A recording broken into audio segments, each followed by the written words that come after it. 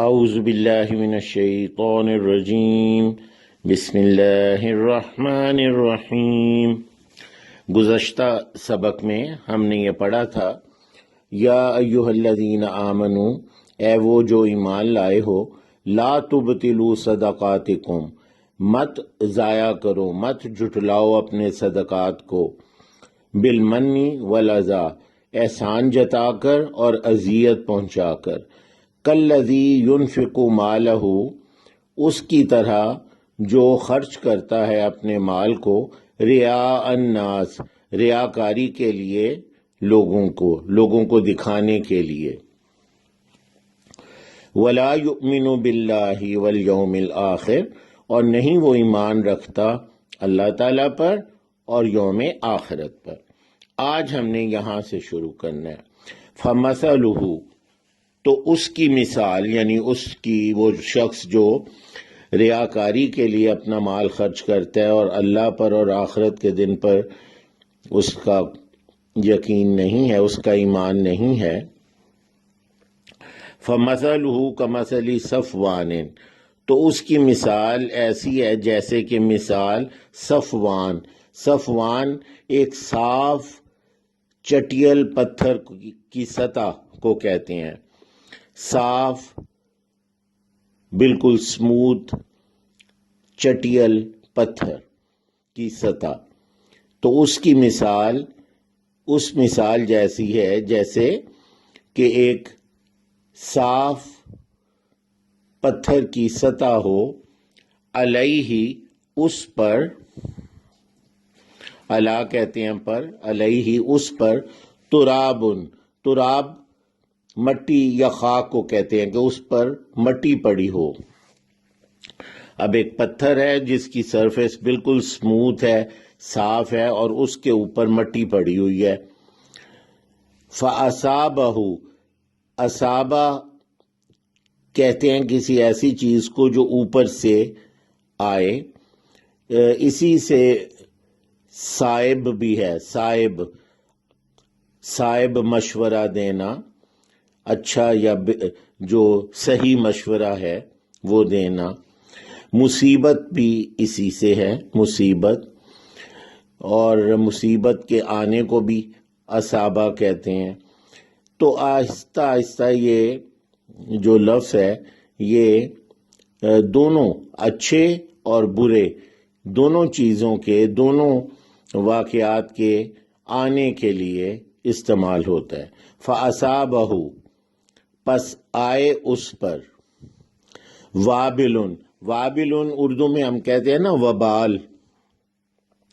وبال جان، مصیبت، تو یعنی شدت ہو جس چیز میں، وبال اسے کہتے ہیں، تو وابل ہے یہاں پر موسلا دھار بارش۔ فَأَصَابَهُ وابل، پس برسے اس پر موسلا دھار تیز بارش۔ تو ایک پتھر جس کی سطح پر مٹی ہے، آپ اگر اس میں بیج ڈالیں اس مٹی میں کہ وہ اگے گا، اور اوپر سے تیز موسلا دھار بارش ہو تو کیا ہوگا؟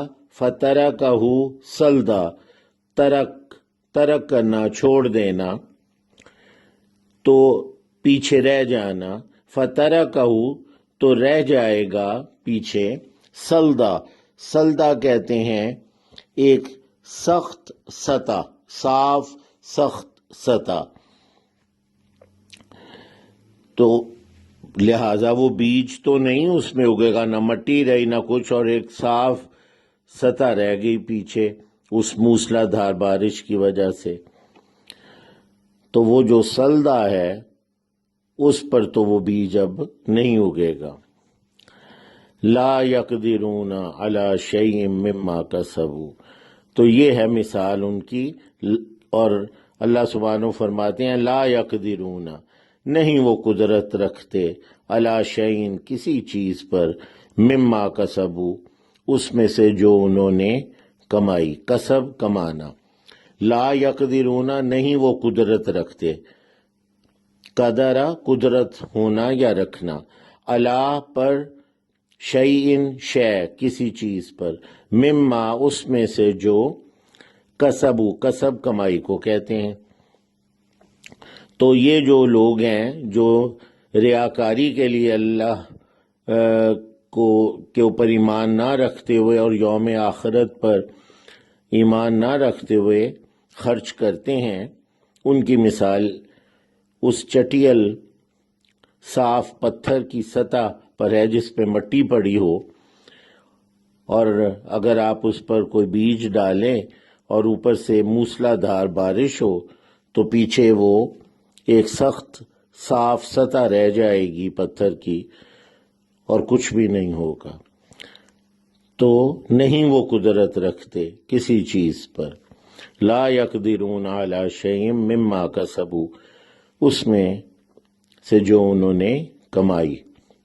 واللہ لا یہدی القوم الکافرین، اور اللہ سبحانہ نہیں ہدایت دیتا۔ واللہ لا یہدی، یہدی میں ہے اور دال ہدایت کا ہے، قوم الکافرین، کافر قوم کو اللہ تعالی ہدایت نہیں دیتا۔ اب ہم ایک دفعہ ترجمہ کر لیتے ہیں۔ فَمَثَلُهُ كَمَثَلِ صَفْوَانٍ، پس اس کی مثال اس صاف چٹیل پتھر کی سطح کی طرح ہے، علیہ تراب، جس پر مٹی یا خاک پڑی ہو، فَأَصَابَهُ وَابِلٌ، اور آئے اس پر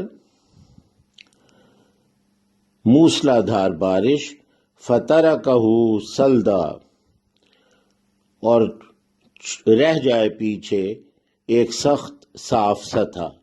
لا یقدرون علی شیء مما کسبوا، نہیں وہ قدرت رکھتے کسی چیز پر اس میں سے جو انہوں نے کمائی۔ واللہ لا یہدی القوم الکافرین، اور اللہ سبحانہ نہیں ہدایت دیتے کافر قوم کو۔ تراب کا لفظ جو ہے اسی سے تربت بھی ہے، قبر، کہ وہ یعنی اس پہ مٹی ڈالی جاتی ہے، تو وہ یاد رکھنے کے لیے آپ کے یہ بھی آپ ذہن میں رکھیے گا، تراب مٹی کو کہتے ہیں۔ سبحانک اللہم و بحمدک، اشہد ان لا الہ الا انت، استغفرک و اتوب الیک۔